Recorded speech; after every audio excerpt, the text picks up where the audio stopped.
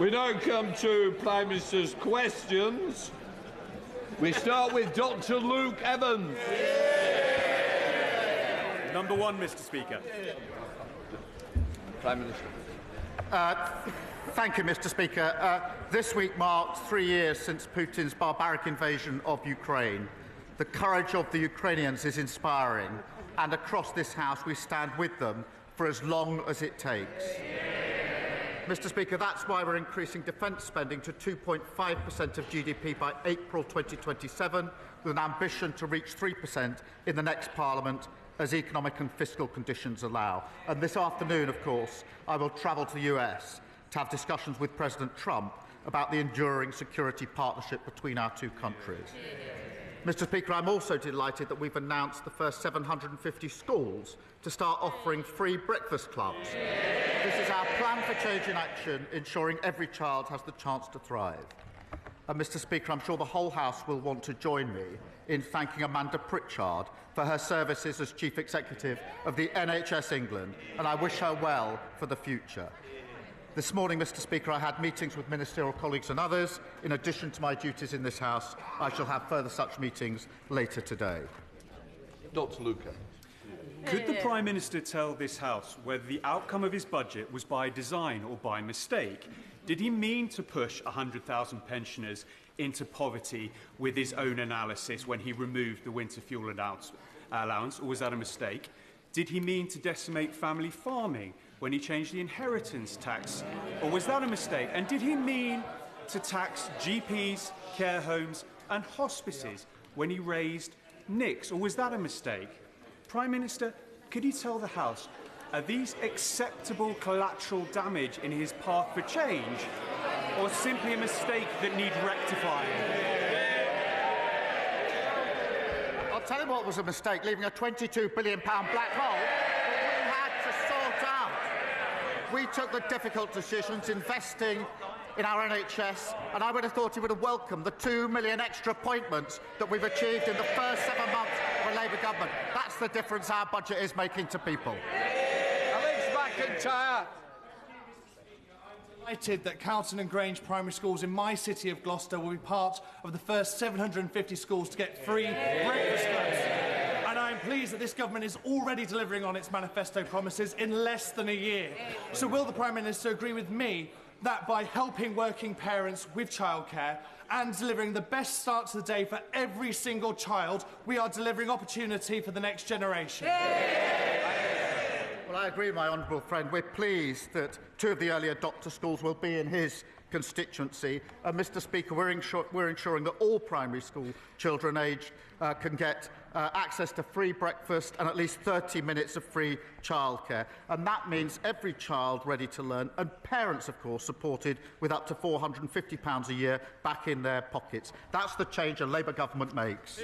We now come to the Leader of the Opposition, Kemi Badenoch. Kemi Badenoch's efforts today, she just gets sort of worse and worse.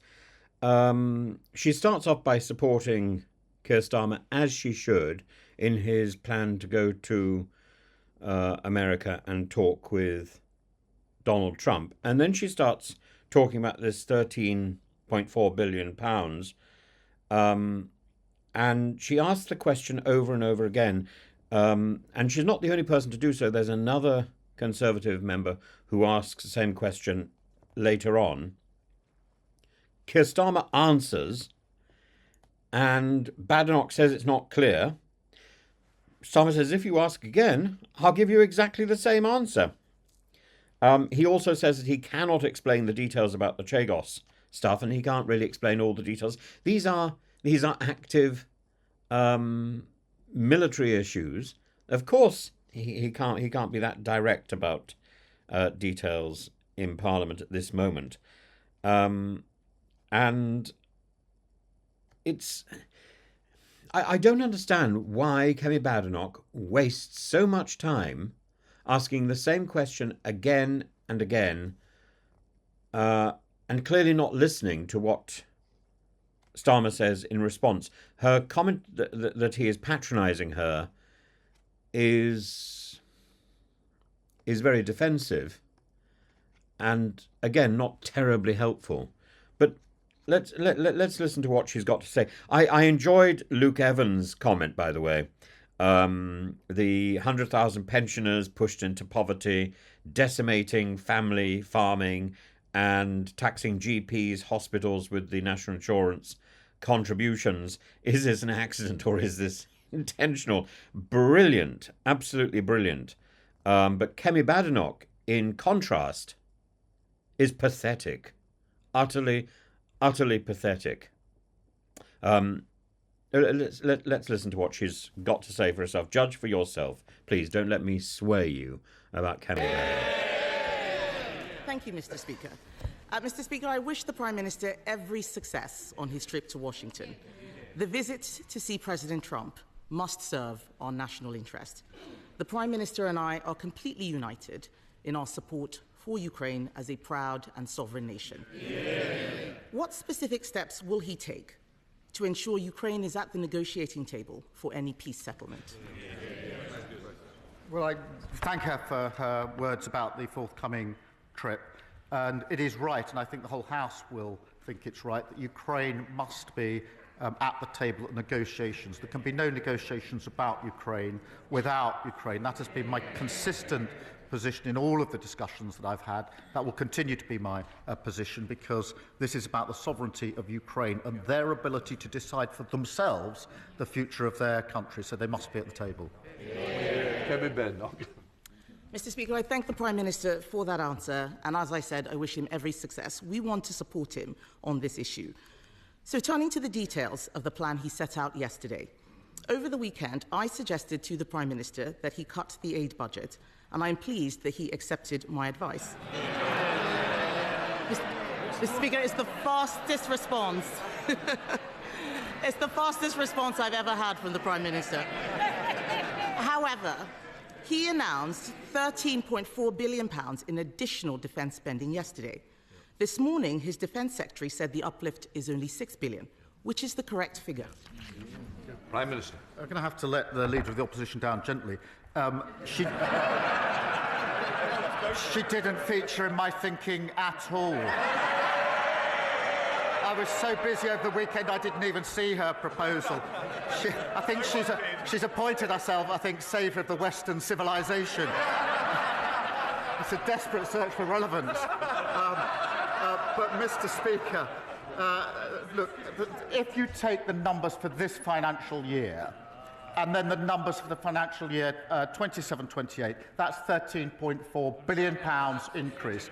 That is the largest sustained increase in defence spending since the Cold War, which will put us in a position to ensure the security and defence of our country and of Europe.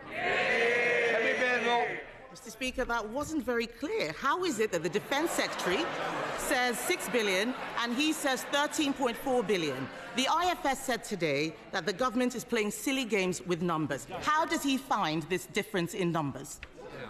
Prime Minister. Mr. Speaker, we went through this 2 weeks ago, going through the same question over and over again. So let me say it. If you take the financial year this year, and then you take the financial year for 2027-28, the difference between the two is £13.4 billion. That's the same answer. If you ask again, I'll give the same answer again.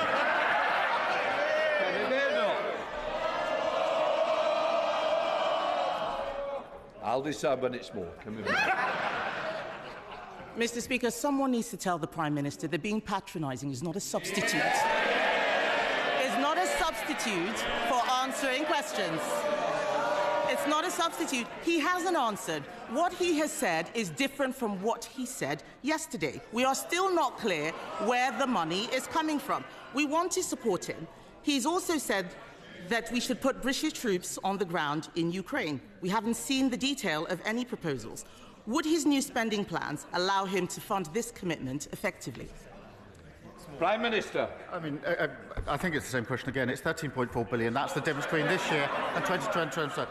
She asked a serious question about the security guarantees in Ukraine. And that is extremely important, because the worst of all outcomes, if there's to be a cessation of hostilities, is that it is a short break rather than sustained and lasting peace. And I think that that means there's got to be security guarantees. I've indicated that we will play our full part. There has to be US backing, because otherwise I don't think it will deter Putin. We are working on that. I'm having extensive discussions about it, not in a position to put details before the House, as she well knows today, but I'll continue down that route, because I want a lasting peace in Ukraine and Europe for the safety and security of Ukrainians, of Europeans, and of course for everybody in this country. Mr. Speaker, this is an endeavour that we want to support him in, but we need to know exactly what it is we're supporting. We need clarity and transparency over the money. We also need to know where this money is going. This morning, the Defence Secretary could not say if the Chagos deal would come out of the defence budget. Can he confirm to the House that none of the defence uplift includes payments for his Chagos deal? Prime Minister. Mr. Speaker, the additional spend I announced yesterday is for our capability on defence and security in Europe, as I made absolutely clear yesterday. The Chagos deal is extremely important for our security, for US security. The US are rightly looking at it. When it's finalised, I'll put it before the House with the costings. The figures being bandied around are absolutely wild of the mark. The deal is well over a century, but the funding I announced yesterday is for our capability to put ourselves in a position to rise to a generational challenge. That is what that money is all about, and I thought she supported it. Speaker, we need to make sure we are supporting a plan that is clear and transparent. Yesterday, the Prime Minister set an ambition for defence spending to reach 3% in the next Parliament. We agree with him, but this could be 2034, almost a decade away. That is too slow. We don't know how he will pay for it. We cannot raise taxes further. We already pay more on debt interest than defence, and everyone in this House would have heard him not answer the last question. So I will ask him again. Is he paying for the Chagos deal with this defence uplift or not? Prime Minister. Speaker, I've just dealt with that question. She gave the money announced yesterday is going to our capability to put ourselves in a position to defend the security of our country, Europe and the UK. And she asked about defence spending. She gave what people have described as a rambling speech yesterday when she couldn't say what defence spending should be. We've been absolutely clear. We've set it out, a full, credible, costed plan, and I thought she supported it. Holly Billington. Thank you, Mr. Speaker. The Prime Minister will be aware that in coastal communities like mine in East Thanet, people develop cancer earlier, get treated and diagnosed later, and die younger. Can he give the House an update on the plans for the government to implement the recommendations by the Chief Medical Officer, Chris Whitty, into tackling poor health in our seaside towns? Prime Minister. Well, I thank her for raising this. She's right that cancer patients are waiting too long for diagnosis and for treatment. Addressing healthcare inequity is part of our 10-year health plan, Mr. Speaker, aiming to halve the gap in healthy life expectancy between the richest and the poorest regions. And we're making progress on that already. Leader of the Liberal Democrats, Sir Ed Davey. Thank you, Mr. Speaker. And can I start by wishing the Prime Minister well on his trip to the White House? It won't be an easy meeting, but we're all behind him for our national interest. But it's already clear that under President Trump, we won't be able to rely on the United States, sadly, to help ensure our security against Russian aggression. And that's why we strongly welcome the Prime Minister's decision to increase Britain's defence spending. But Europe must do far more to rearm in the face of Putin's threat, and the UK must lead on that. That's why we back the idea of a new European rearmament bank, so we can finance a big increase in the manufacturing capacity without the need to cut Britain's vital soft power. So will the Prime Minister look at this idea, work across this House and across Europe, so we can make a European rearmament bank actually happen? Prime Minister. I'll resist his suggestion that we've got somehow to choose between the US and our European partners. I do not believe that to be the case. And I want to strengthen our already strong relationship with the US, because I think it's vital that we do so. I, of course, want to work with our European allies on defence capability and what more we need to do in relation to capability, coordination and funding. And in the longer term, there is a discussion going on amongst allies as to future funding. We're part of that discussion, and I'm happy to share that with the House as it evolves. Sir Ed Davey. I hope he's successful in keeping the US on board with our European allies, and I'm glad he's talking about finance and defence. I think if he was to push this European Rearmament Bank at the summit on Sunday, the European leaders, I think he'd be pushing an open door. Certainly Prime Minister Tusk is supporting from the Polish point of view. But, Mr. Speaker, if I can turn now to domestic matters and the cost of living crisis that's hitting so many of our constituents. Families in my constituency are really angry that Thames Water is sending them bills this April that will cost them £150 a year more. Thames has already let down so many people, whether it's leaking pipes or pumping their filthy sewage into our rivers. A third of customers' bills are already used just to pay the interest on Thames Water's debt, and now it's going to borrow £3 billion more. Isn't it time to stop making people pay for bailing out the vulture funds drowning Thames Water in debt? Will his government just put this firm out of its misery, put it into special administration so we can sort out that mess and the mess that lot left?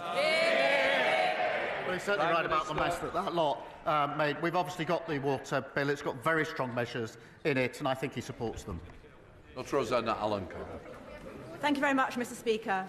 We have heard extraordinary rhetoric coming out of Washington in recent days, and we have seen fascist salutes on our screens. We have witnessed wild statements about Palestinians being expelled from Gaza, and we have seen our allies labelled dictators.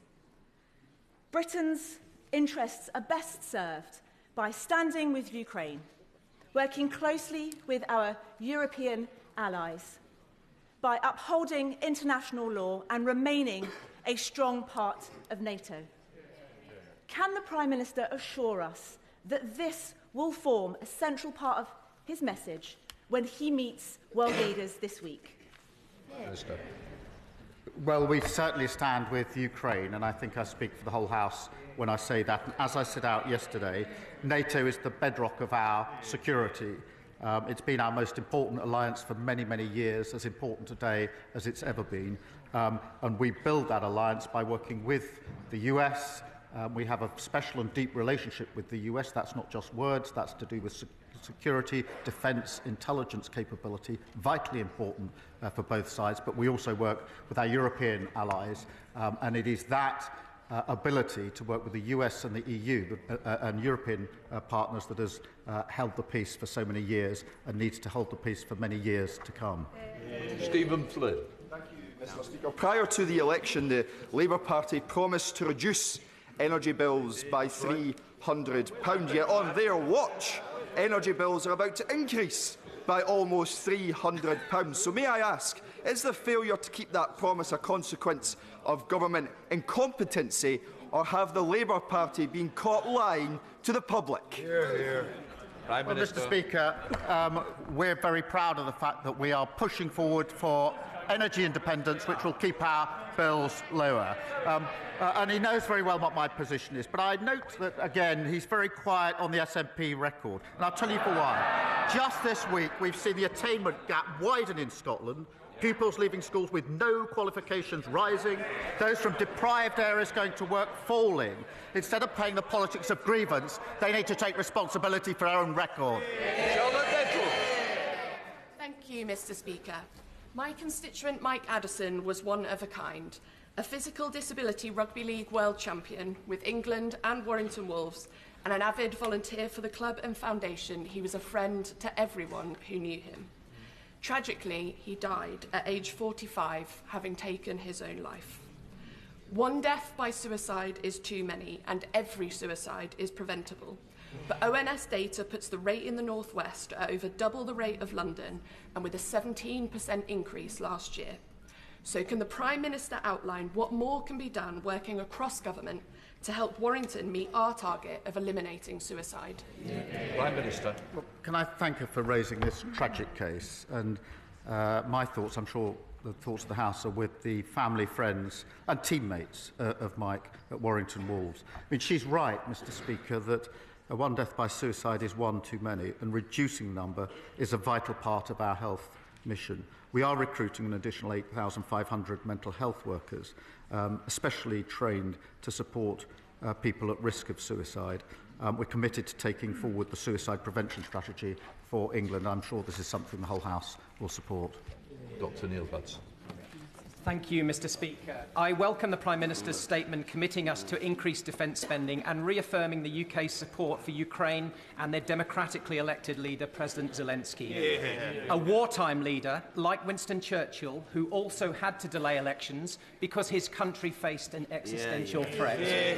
As the Prime Minister travels to Washington, with this House and the country willing him to succeed, will he invoke the legacy of Churchill in making the case for the UK to be the key in bridging transatlantic relations, to bring us all together for the sake of freedom and democracy across the world? Prime Minister. I thank him for his question. Can I pick up on both elements? Because President Zelensky is a democratically elected leader, and suspending elections was precisely what we did in this country when we were fighting in the Second World War. And secondly, on his point, yes, I do think that the UK has successfully been a bridge between the US and Europe for many, many years. It's vital that we continue in that role. And that's why my message to President Trump is that the relationship between our two countries needs to go from strength to strength. It's all very strong, but also working at the same time with our European allies. Jessica T. Thank you, Mr. Speaker. On Monday night, there was a brutal double stabbing in my constituency. This adds to a long line of horrific knife attacks that have included 3 fatalities over the past 2 years. I know the Prime Minister is aware of the particular challenges we face in Bournemouth, and while crime has been going down, I know there is much more he will want to do. So will he join me in praising the crucial work that organisations like Changes Are Made, who give positive activities like boxing to young people, and will he share what more the government can do to tackle knife crime in communities like mine? Prime Minister. Thank you for raising this really important issue. Yesterday we introduced our crime and policing bill, which is central to our plan for change and halving knife crime. It involves new powers to seize and destroy knives found on private property and a new criminal offence of possessing a bladed article with intent to cause harm. Plus, Mr. Speaker, tougher penalties for selling dangerous weapons to under-18s, stricter rules for online sales under Ronan's law, and we'll continue with that work. Rankin. Thank you, Mr. Speaker. The floods of 2013-14 devastated Datchet, Horton and Wraysbury, and the flooding last January wasn't much better. But shockingly, the River Thames scheme as currently proposed continues to leave my constituents at risk. The Council was asked to cough up tens of millions, but like very many, is cash-strapped. Does the Prime Minister, therefore, agree with me that the only option to protect my constituents is funding Channel 1 of the River Thames scheme as a national strategic infrastructure, which it really is? Prime Minister. Well, I know the honourable member has raised this issue before, and it's obviously an important issue for his constituents. We inherited flood defences in their worst state on record, Mr. Speaker, and that's why we're investing £2.6 billion to protect over 50,000 properties. I understand that the options to reduce flood risk to these communities are being considered as part of the Datchet and Hythe End Flood Alleviation Scheme, and I'll ensure that he has a meeting with the relevant minister to take forward the work. Sally Jameson. Thank you, Mr. Speaker. In order for the government's growth agenda to be a success, it must be felt in all areas of the country, including Doncaster and South Yorkshire, where we have green growth transport companies, including hybrid air vehicles and clean power hydrogen, alongside the reopening of Doncaster-Sheffield Airport. So will the Prime Minister put on his record support for Mayor Ros Jones, who has led on the airport reopening, and also set out how the growth agenda will override those traditional patterns of investment mainly in the south of England and bring prosperity to South Yorkshire and indeed the north as a whole? Yes, I will. Doncaster's got a proud industrial heritage, rail, steel and coal, an extraordinary potential for industries of the future, from hydrogen to AI. And we are focused, Mr. Speaker, on devolving more power and funding to metro mayors to support regional industry. And we will work with the mayors of Doncaster and South Yorkshire to support efforts to reopen Doncaster-Sheffield Airport. Graham Ledbetter. Thank you, Mr. Speaker. I have the privilege to represent the home of Speyside malts, some amongst the finest Scotch whiskies. Last week, the UK Government unveiled damaging plans to grant a different definition of single malt to English producers to that of Scottish single malts. This is entirely inconsistent with the global reputation of the quality of single malts and seeks to tear up a well-established definition of what a single malt is, pulling the rug yet further from underneath the Scotch whisky industry. Given the backlash from the industry to this and the damage this could cause to Scotch whisky exports and jobs, will the Prime Minister's word on whisky be his whisky bond by backing the industry to the hilt and scrapping these plans? Prime Minister. Mr. Speaker, we do support Scotch whisky. It's a really important part of our economy, and that's why we allocated £5 million in the budget and why we're working with Brazil, which is worth £25 million for Scotch whisky. It's what we're doing to support industry and sectors in Scotland. And in addition to that, in another sector, at the weekend I was very pleased to be able to announce the £200 million investment in Grangemouth and the future for generations there. Steve Brace. Speaker, yesterday I returned from Ukraine, having spent 4 days with a cross-party delegation of parliamentarians. The Ukrainians we met from across society had one simple message. They were deeply thankful for our partnership, and they want us to know that they can overcome the Russian invasion because they must. Does the Prime Minister agree with me that alongside our welcome 100-year partnership, now is the time for the UK to redouble our efforts alongside our European partners to help secure Ukraine's future as a free, democratic and sovereign European nation? Yes, I do, and I'm really proud of the way the United Kingdom has risen to the challenge of the last 3 years in a united way, both in terms of the capability and funding that we provided to Ukraine, but also the throwing open of homes here for those fleeing. And I was privileged to welcome some of the families to Downing Street on Monday, and it was a human reminder of the impact that it's having on them, their children and their families. Dr. Kieran Millen. Thank you. Thank you, Mr. Speaker. The whole House wants the Prime Minister's meeting with President Trump to be a success, which requires credibility on our defence spending commitments. The Leader of the Opposition gave the Prime Minister an opportunity to unambiguously rule out the funding of any Chagas deal coming from the defence budget, and I'm not clear that he did that. I want him to be taken seriously in Washington, so I'll make it really easy for him. Will he rule out the funding of any Chagas deal coming from the defence budget, yes or no? Yes. Prime Minister. Speaker, as I said, when the deal is complete, I will put it before the House with the costings. The money yesterday was allocated to our capability, the single biggest increase, sustained increase in defence spending since the Cold War. Diane Abbott. The whole country stands behind the people of Ukraine. But there is also a view that taking money from aid and development to spend on armaments and tanks makes people less safe, not more safe, because the desperation and the poverty that so often leads to warfare is what aid and development money is supposed to counter. Mr. Speaker, as I said yesterday, the overseas development is important. I'm proud of what we've done. It wasn't a decision I took lightly or I wanted to take, but it is important at this moment that we put the defence spending, the defence and security of our country and Europe uppermost. We will, of course, make sure that we're able to fulfil our humanitarian obligations in relation to Gaza, Ukraine and Sudan, and other vital work. And I want to be clear that we do, of course, want to go back and increase that funding as soon as I don't know we're able about to you, do but so. I thought that well, it's always nice to see Diane Abbott, but I didn't feel that was a question at all. It was more a rather elaborate statement, and a perfectly reasonable statement, but not quite a question. And I thought her distinction between aid and military support was an interesting one. But as I say, it's more of a statement than a question. Thank you, Mr. Speaker. I hope the Prime Minister knows that when he does travel to Washington to meet the former leader of the free world, he does so with the hopes and prayers of this House and the country. Probably no more serious a meeting could be taking place.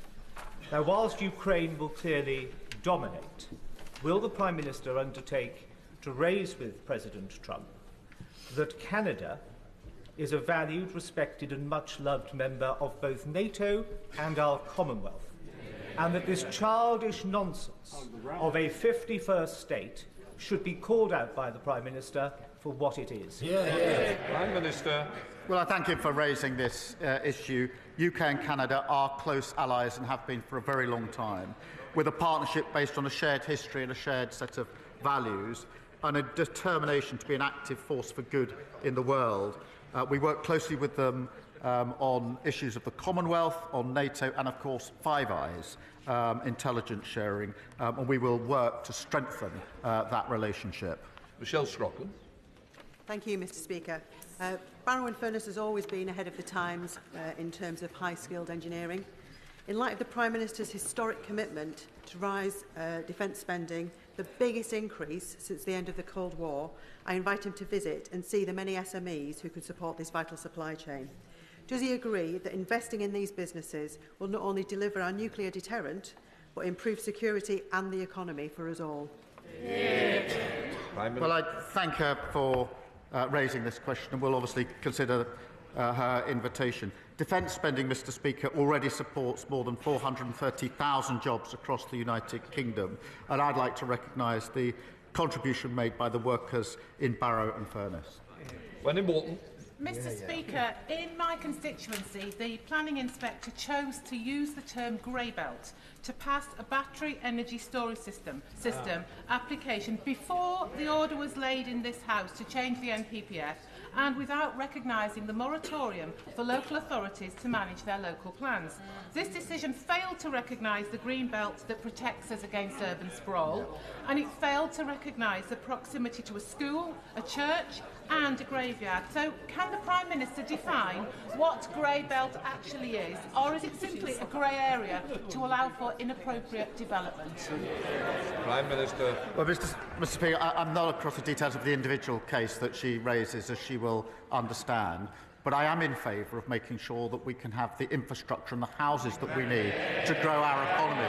And one of the problems we had in the last 14 years was an assertion or rhetoric that we wanted homes and infrastructure, but when the decision all that came up, the answer was always no. The answer cannot always be no. John McDonnell. Can I thank the Prime Minister and the Foreign Secretary for their efforts to secure the release of Allah Abdel Fattah, the human rights campaigner, the British human rights campaigner, who's been imprisoned in Egypt now for over 10 years.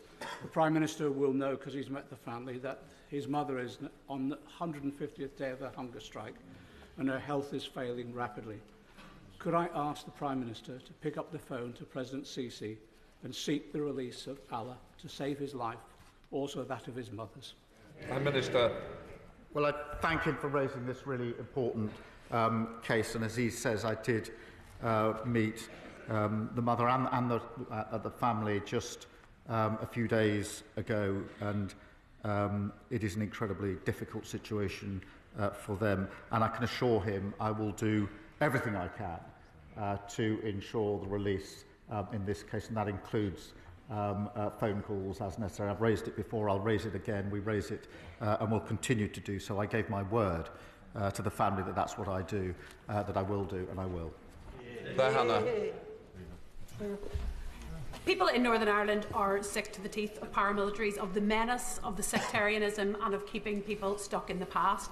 In light of the announcement yesterday on transition, does the Prime Minister recognise that people will be highly sceptical of this process, that there must be real learnings from the failed transitions of the past, that there can be no rewards for paramilitaries for hanging on, robust criminal justice, the flags off the lampposts and on street corners, and community-funded policing to allow communities that have been brutalised by paramilitaries to finally look forward to a confident and shared future? Prime Minister. Well, can I thank you for raising this important and obviously sensitive issue? We are committed to making progress towards ending paramilitarism once and for all in Northern Ireland, and that's why we've agreed to support a short independent exercise to look at a formal process, and I'll make sure that the Secretary of State for Northern Ireland keeps her updated. Rishi Sunak.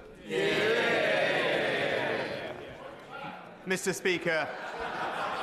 Did someone just say come back there?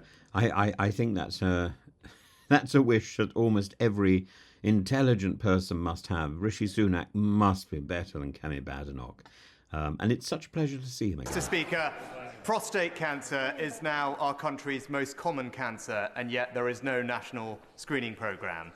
We made progress towards this in government, but yet there is more to do, which is why I'm delighted to have joined Prostate Cancer Research, the charity, as an ambassador. I'm grateful to the Health Secretary for his engagement thus far, and could I ask the Prime Minister to ensure that we do have a targeted national screening programme for the most at-risk groups of prostate cancer, so that we can not only save the NHS money, make progress towards the government's early diagnosis targets, but most crucially, save thousands of lives? Prime Minister. Well, can I thank him for raising this, and can I thank him for using his authority and reputation to support this vital cause, which will make a material difference, and I look forward to working with him on it. We do share a commitment to detecting prostate cancer earlier and treating it faster, and we must do that. Our National Cancer Plan will improve the way we treat cancer right across the country, and I'll make sure he's fully informed of the steps that we're taking, and we'll work with him. Ruth Jones. Thank you, Mr. Speaker. Will the Prime Minister join with me in wishing all Welsh citizens everywhere a very happy St David's Day on Saturday?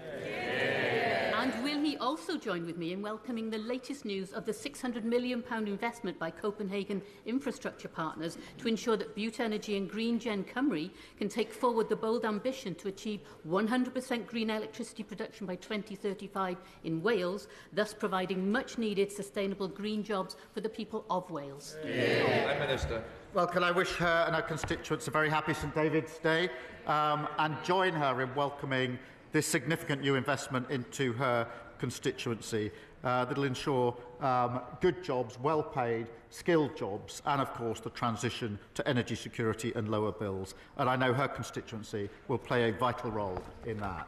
Jeremy Hunt. Thank you, Mr. Speaker. Does the Prime Minister agree that our biggest single foreign policy priority is the preservation of NATO with America at its heart? And if so, following his welcome announcement yesterday, is the next step to talk to our European allies and for all of us to agree to spend 3% of GDP on defence within a specified timescale, so that we can look the President in the eye and say that Europe is finally pulling its weight on defence? Prime Minister.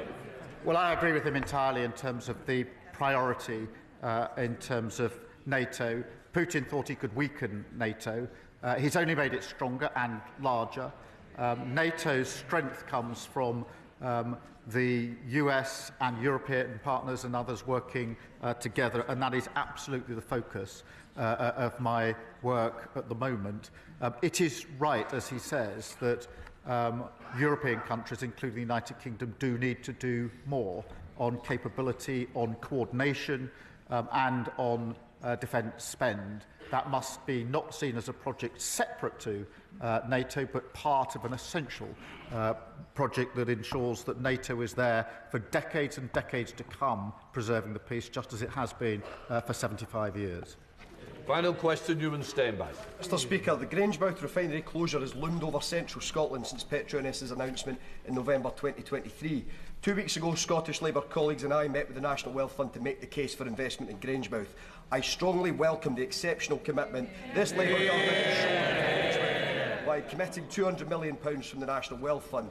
Can I ask the Prime Minister what steps the government will be taking to secure permanent, good jobs at Grangemouth? Well, can I thank him for being such a great champion for Scotland and his constituency? Mr Speaker, Grangemouth is really important to communities in Scotland, to the economy in Scotland. It's not a charity case, it's got incredible potential, huge opportunity, and that's why at the weekend I was very pleased to announce £200 million from the National Wealth Fund to incentivise private investment. That, of course, Mr Speaker, follows £100 million in the growth deal that we announced earlier. This is about jobs for decades to come in Grangemouth. It's a really exciting opportunity, and we intend to seize it. I hope His Presidency of the Assembly of North Macedonia, His Excellency Mr Afrim Gasha, enjoyed questions. Right, that completes PMQs.